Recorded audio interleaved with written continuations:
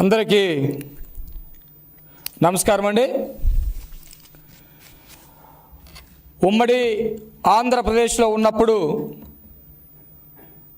చర్మకారులకి సంబంధించినటువంటి జీవితాలు బాగుపడాలని, చర్మకారులు చేసేటువంటి వృత్తికి గౌరవం రావాలని, చర్మకారులు ఎవరైతే ఉన్నారో ఆ వృత్తికి ప్రాధాన్యత ఇచ్చి చర్మకార పనిని కూడా పారిశ్రామిక రంగంగా తీర్చిదిద్దాలని చెప్పేసి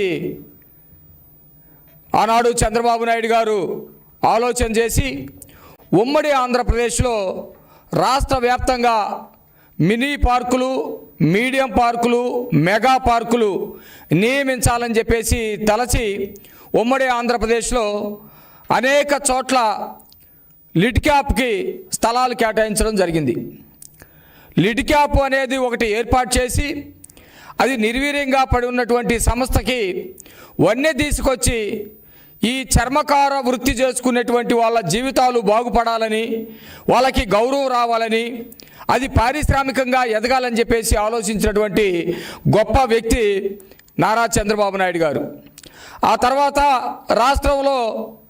రాష్ట్రం విడిపోయిన తర్వాత కూడా దానికోసం నిధులు కేటాయించి రోడ్ల మీద ఎవరైతే చెప్పులు కుట్టుకుంటా ఉన్నారో వారి కోసం కూడా ఆలోచించి వెహికల్స్ ఇచ్చి కొంత అభివృద్ధిలోకి తీసుకొచ్చినటువంటి పరిస్థితి ఉన్న తర్వాత 2019 నుంచి 24 వరకు ఏదైతే జగన్మోహన్ రెడ్డి గవర్నమెంట్ వచ్చిందో అన్ని రంగాల్ని చూసినట్టుగానే, అన్ని వ్యవస్థల్ని నాశనం చేసినట్టుగానే, అందరు ప్రజల్ని ధ్వంసం చేసినట్టుగానే ఈ లిడ్ క్యాప్ సంబంధించినటువంటి ప్రజల్ని మోసం చేశాడు.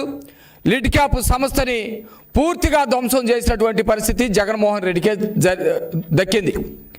ఈ క్రమంలో మొన్న కూటమి ప్రభుత్వం అధికారంలోకి వచ్చిన తర్వాత చంద్రబాబు నాయుడు గారు, లోకేష్ గారు నన్ను లిడ్ క్యాప్ సంస్థకి చైర్మన్గా నియమించడం జరిగింది. వారికి ప్రత్యేకమైనటువంటి ధన్యవాదాలు తెలియజేస్తా ఉన్నాను. అయితే ఇది ఒక ఛాలెంజ్గా జగన్మోహన్ రెడ్డి మార్చేశాడు.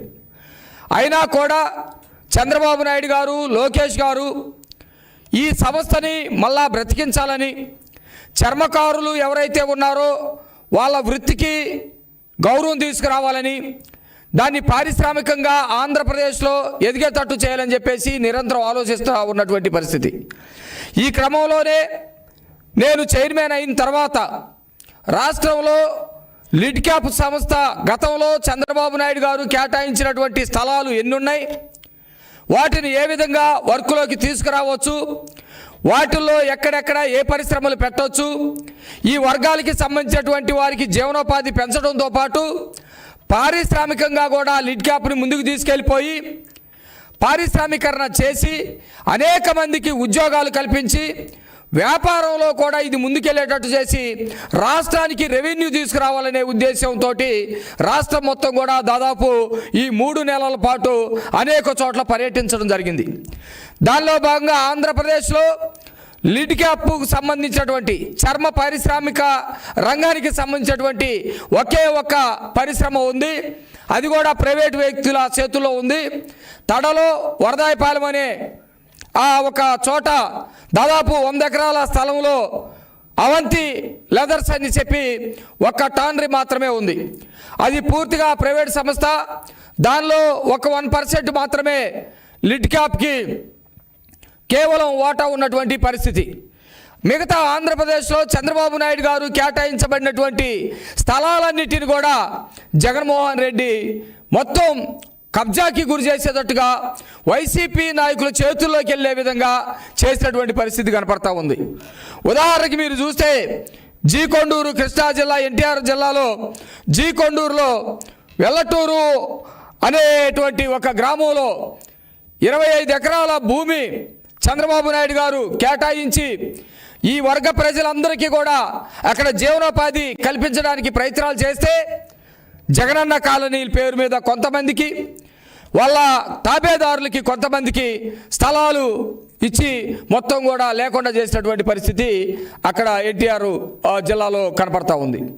అడిగొప్పల్లో కూడా లిడ్ క్యాప్ భూముల్ని జగన్మోహన్ రెడ్డి మొత్తం కబ్జా చేసినటువంటి పరిస్థితి ఉంది.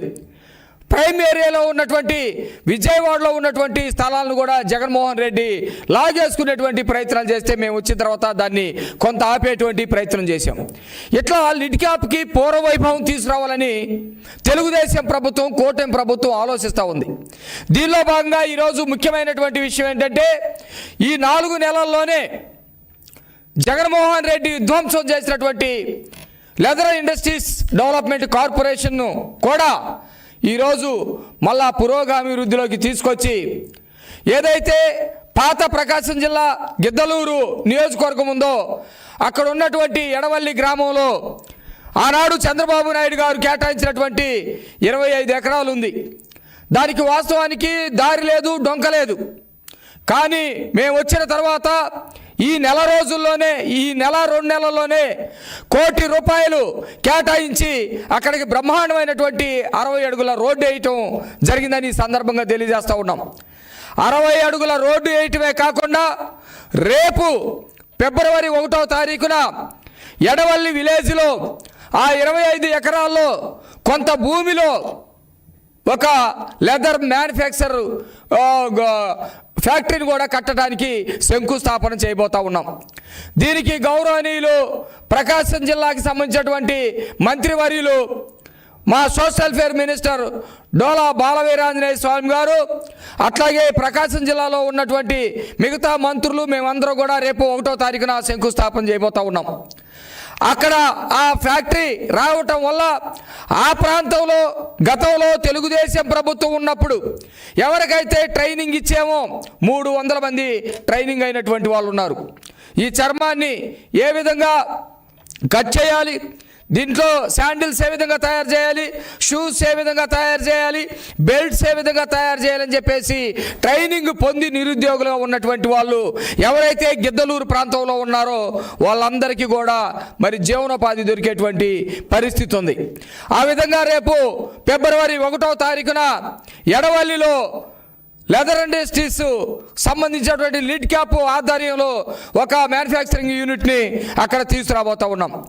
అదేవిధంగా ఎన్టీఆర్ జిల్లాకు సంబంధించి ఇందాక నేను చెప్పినట్టు ఏదైతే ఎల్లటూరు ఉందో ఎల్లటూరులో కూడా ఒక 5-6 కోట్ల రూపాయలు పెట్టి అక్కడ కూడా ఒక చిన్న యూనిట్ని తీసుకొచ్చేటువంటి పరిస్థితి తీసుకెళ్ళబోతా ఉన్నాం.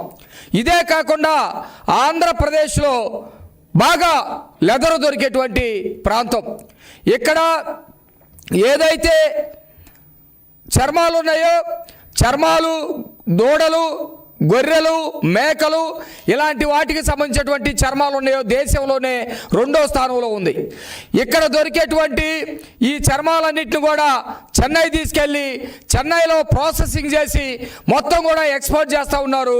ఇక్కడ ఎవరైతే ఆర్టిజన్స్ ఉన్నారో వాళ్ళకి కానీ, ఎవరైతే వాటి మీద జీవనం కొనసాగిస్తున్నారో వాళ్ళకి కానీ, ఇక్కడ అమ్ముతున్నారో వాళ్ళకి కానీ ఎవరికి కూడా ఉపయోగం లేకుండా మొత్తం కూడా కొంతమంది దళారుల చేతుల్లోకి వెళ్ళిపోయి ఏదైతే రెవెన్యూ రాబడి ఉందో ఆ రాబడి కూడా ప్రైవేట్ వ్యక్తుల చేతుల్లోకి, దళారుల చేతుల్లోకి వెళ్ళేటువంటి పరిస్థితి కనపడతా ఉంది. దీని మీద మేము ఆలోచించాం ప్రభుత్వ పరంగా. ఎవరైతే ఆర్టిజన్స్ ఉన్నారో వాళ్ళకి మినిమం సపోర్ట్ ప్రైస్ అనేకమైనటువంటి పంటలకి కేటాయిస్తూ ఉంటారు. అట్లాగే ఈ ఆర్టిజన్స్ ఉన్నారో వాళ్ళకి కూడా మినిమం సపోర్ట్ ప్రైస్ ఒకటి కల్పించి వాళ్ళ జీవనానికి కూడా భద్రత కలిగే విధంగా ఒక ఇన్సూరెన్స్ సిస్టమ్ తీసుకొచ్చి వాళ్ళ మొత్తాన్ని కూడా సొసైటీస్గా ఏర్పాటు చేసి వాళ్ళ దగ్గర నుంచి ప్రైవేటు వ్యక్తులకి ఎవరైతే రిజిస్ట్రేషన్ అయి ఉంటారో ఆ రిజిస్ట్రేషన్ అయి ఉన్నటువంటి ప్రైవేటు వ్యక్తులు కొనుగోలు చేసి అక్కడ నుంచి ఎక్స్పోర్ట్ చేయాలి. తద్వారా సంస్థకి రెవెన్యూ రాబడి వచ్చే విధంగా చేయాలని చెప్పేసి కొన్ని ప్రయత్నాలు కూడా చేస్తూ ఉన్నటువంటి పరిస్థితి ఉంది.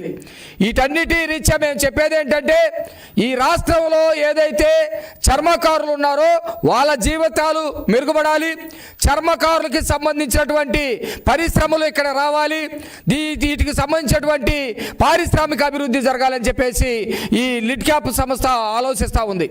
అట్లాగే మొత్తం దక్షిణ భారతదేశంలో మద్రాసు బేస్డ్గా ఈ వ్యాపారం అంతా కూడా జరుగుతూ ఉంది. ఆంధ్రప్రదేశ్లో వెట్ బ్లూ సెంటర్ రావాలి. ఏదైతే ముడి సరుకుందో దానిని శుద్ధి కర్మాగారాలు పేరు మీద శుద్ధి చేయాలి. శుద్ధి చేసినటువంటి వాటిని రెడీ టు గూడ్స్ అంటే ఎటువంటి వస్తువులైనా తయారు చేసుకునేటువంటి ఫ్యాక్టరీస్ కూడా రావాలి. వీటికి సంబంధించినటువంటి విషయాల్లో కెన్యా దేశానికి సంబంధించి టర్కీ దేశానికి సంబంధించినటువంటి పెట్టుబడిదారులతో కూడా మేము మాట్లాడుతూ ఉన్నాం. చాలామంది ఉత్సాహం చూపిస్తూ ఉన్నారు. ఆంధ్రప్రదేశ్లో అనేకమైనటువంటి వనరులు ఉన్నాయి. ప్రభుత్వం కూడా ఎవరైతే పారిశ్రామిక రంగాల్లో ముందున్నారో వాళ్ళందరూ కూడా ఆహ్వానిస్తూ ఉంది. వాళ్ళకి అనేకమైనటువంటి ప్రోత్సాహకాలు ఇస్తూ ఉంది. దానిలో భాగంగానే లెదర్ ఇండస్ట్రీస్ను కూడా ఇక్కడ డెవలప్ చేయడం కోసం మేము రావడానికి సిద్ధంగా ఉన్నామని చెప్పేసి మేము చాలామందితో మాట్లాడినప్పుడు వాళ్ళు కూడా ఉత్సాహం చూపిస్తూ ఉన్నారు. త్వరలోనే వాళ్ళతోటి చర్చలు కనుక పూర్తయితే గౌరవనీయులు ముఖ్యమంత్రి చంద్రబాబు నాయుడు గారి సమక్షంలో, లోకేష్ గారి సమక్షంలో అనేకమైనటువంటి ఎంఓవీలు కుదుర్చుకునేటువంటి అవకాశం కూడా ఉంది. అవి కనుక వెట్ బ్లూ సెంటర్ కానీ లేకపోతే లెదర్కు సంబంధించినటువంటి టానర్స్ కానీ ఇవన్నీ కూడా వస్తే అనేక మందికి జీవనోపాధి కలిగిద్ది, రాష్ట్రానికి రెవెన్యూ ఉంటుంది, అట్లాగే చాలా మందికి ఉద్యోగ అవకాశాలు కూడా కల్పించేటువంటి అవకాశం ఉంటుందని చెప్పేసి ఈ సందర్భంగా తెలియజేస్తూ ఉన్నాం. ఈ రాష్ట్రంలో ఉన్నటువంటి అనేకమైనటువంటి సంస్థలని, వ్యవస్థల్ని జగన్మోహన్ రెడ్డి పూర్తిగా నాశనం చేయటం, విధ్వంసం చేయటం గతంలో చూసాం. ఇప్పుడు చంద్రబాబు నాయుడు గారు కూటమి ప్రభుత్వం అధికారంలోకి వచ్చిన తర్వాత రాజ్యాంగపరమైనటువంటి వ్యవస్థల్ని బాగు చేయటం, అట్లాగే పారిశ్రామిక అభివృద్ధి చేయటం, అనేకమైనటువంటి పరిశ్రమలు ఇక్కడికి వచ్చేటట్టు చేయటం, నిరుద్యోగితని తగ్గించడం, విద్యా వ్యవస్థకి విలువ తీసుకురావటం, ఉద్యోగాలు పెంచడం, వీటి మీద దృష్టి పెట్టినటువంటి పరిస్థితుల్లో ఆంధ్రప్రదేశ్లో భవిష్యత్తులో లెదర్ ఇండస్ట్రీస్ కూడా మంచి భవిష్యత్తు ఉంటుందని, దీని ద్వారా ఈ చర్మకార పరిశ్రమ మీద లేకపోతే చర్మకార వృత్తి మీద ఆధారపడ్డటువంటి వాళ్ళ జీవితాలు బాగుపడతాయని చెప్పేసి మేము నమ్ముతా ఉన్నాం. రేపటి 1వ తారీఖున ఏదైతే మొట్టమొదటిగా ఒక ఫ్యాక్టరీకి, ఒక సంస్థకి, ఒక మ్యానుఫ్యాక్చరింగ్ యూనిట్కి శంకుస్థాపన చేస్తూ ఉన్నామో భవిష్యత్తులో కూడా అనేకమైనటువంటి సంస్థలు వస్తాయని చెప్పేసి మేము అనుకుంటా ఉన్నాము. ఆ దిశగా పనిచేస్తూ ముందుకెళ్తా ఉన్నాం. భవిష్యత్తులో లెదర్ ఇండస్ట్రీకి ఆంధ్రప్రదేశ్ మంచి ప్రదేశంగా, పారిశ్రామికరణగా అభివృద్ధి చెందడానికి అవకాశం ఉన్నటువంటి ప్రాంతంగా మరి దీన్ని తీర్చిదిద్దడం కోసం ప్రయత్నాలు చేస్తున్నామని ఈ